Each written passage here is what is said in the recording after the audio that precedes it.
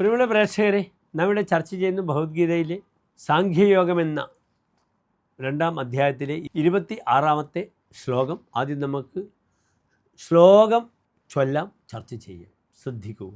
അധജൈനം നിത്യജാതം നിത്യം വാ മന്യസേ മൃതം തഥാപി ത്വം മഹാബാഹോ നൈനം ശോചിതുമർഹസി. ഇനി പ്രസ്തുത ശ്ലോകത്തിൻ്റെ പദച്ഛേദം ശ്രദ്ധിക്കുക.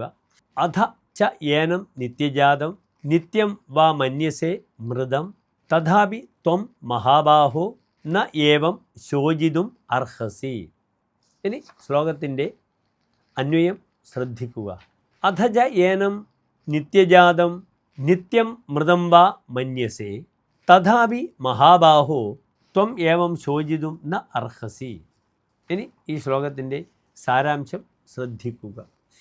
അല്ലയോ മഹാബാഹുവായ അർജുന, ആത്മാവ് മുറയ്ക്ക് അനവരതം ജനിക്കുകയും മരിക്കുകയും ചെയ്യുകയാണെന്ന് നീ വിചാരിക്കുന്നത് എങ്കിൽ പോലും ഇപ്രകാരം നിനക്ക് അതിലും വ്യസനിക്കുവാൻ അവകാശമില്ല.